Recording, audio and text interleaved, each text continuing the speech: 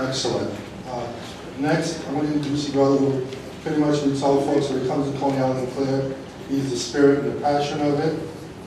He definitely spends a lot of time in Coney Island working with the clergy and the community groups. He's probably out here as much or as much as anybody who is out here. I'd like to introduce folks to organizer from Learoff. That's the Labor's Eastern Region Organizing Fund, Brother John Blyden.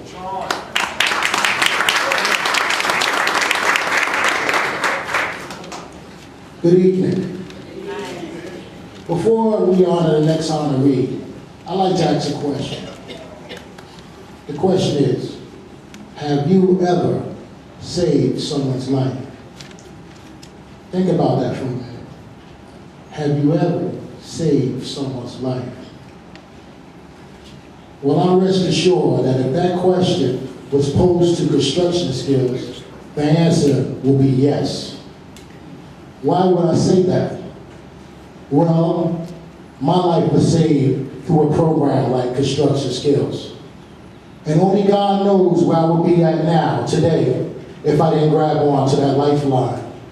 But I can tell you what, many of my old friends, their choices was jail or dead. You see, programs like Construction Skills give many men and women, and particularly minorities, the opportunity to lift their heads up high with dignity and respect. It helps us feel like a viable part of society. And just to explain some of these feelings, as I go back a few years, I remember when my daughter was 2, and she had to get a surgery for a hole in her heart. And my family was, in disarray because we couldn't afford it. And we was worried that because we couldn't afford it, what kind of care we was going to get. Now, I didn't know I had a medical card. I didn't know what it was good for, but I gave it to the hospital, and all my problems went away. You see, at that moment, I felt proud. I felt responsible. I was able to hold my daughter and knew she was safe. I felt like a man. I felt like the man of the house. Nevertheless, I haven't felt that way lately. But this goes to show these are the feelings, or a sample of the feelings of what construction skills create. But I'll be mistaken if I didn't mention the men behind construction skills. The leadership of Global 79, John Delgado, Bobby Bonanza, the executive board. The leadership and the elevator engineers, Lee, his executive board, other building trades. These locals set aside apprentice opportunities and give them to construction skills, which allow construction skills to do the work they do. As we talk about the work we do, construction skills does. As a member of CLEAR, we have often worked with construction skills late nights. Through Mike Halpin as the contact person, construction skills will come to this neighborhood on short notice, do a training, sign many men and women up. However, we noticed that a lot of this work is done in secrecy. So tonight, Mr. Paul Hernandez, a progressive union labor mind, also the CEO of Construction Skills, the secret is over. You will be noted tonight, you will be honored tonight, and we will hope to carry on this partnership. So Mr. Paul Hernandez, can you come up and accept the award?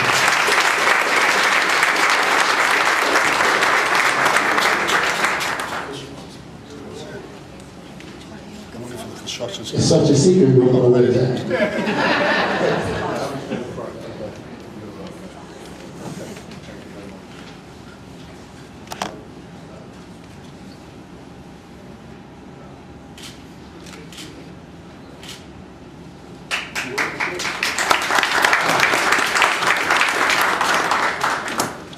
That's a tough act to follow. First, thank you all for having us here this evening. It's really a great honor to receive the Community Partnership Award named in honor of Brother Jack. And we know that a lot of folks in our organizing department and the building trades are working very hard to reach out to the local community to show you that we want to provide opportunities. When we redevelop Coney Island, and when we bring new jobs here, we want those jobs to be jobs that benefit the local community. I have to say, as someone who grew up in a suburban community where I had a lot of privileges, it still was after-school programs, whether it was playing football or baseball, that were just about the only thing that encouraged me to get up in the morning and go to school. So I can only imagine how valuable those kinds of programs are to communities in need, and I have to say that it's a terrific thing to be here tonight. I usually go to a lot of meetings where there's a lot of shouting and yelling and arguing, and it's nice to come to a meeting function where people are actually doing something positive in support of the youth of the local community. The after-school programs that you're here supporting have a lot in common with what we do at Construction Skills, where you use sports to reach out to youth, to foster the values of leadership and teamwork and moving toward productive lives as adults. We do the same thing on an after-school basis at Construction Skills, going into local public high schools and also public housing projects in New York City and right here in Brooklyn and Coney Island, to find folks who have very simple attributes: character and hard work and honesty and integrity and the willingness to put their nose to the grindstone and see if they can make it in our business. Not everyone makes it, but I'm very pleased to say that earlier in September, we placed our 1,000th public high school graduate in the last 5 or 6 years into a union apprenticeship.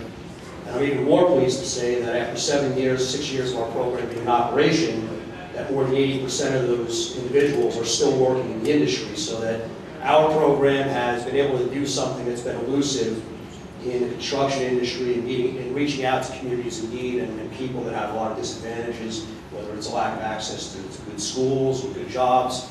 We've been able to move beyond equal opportunity and actually produce successful outcomes for people who are looking for a way to put their skills and their God-given talents to good use. So it's a great pleasure for us to be here tonight. I hope it's certainly not the last time that I'm here, whether it's at Keystone Park or in the Coney Island community, to come out with our staff and to come out with the building trades.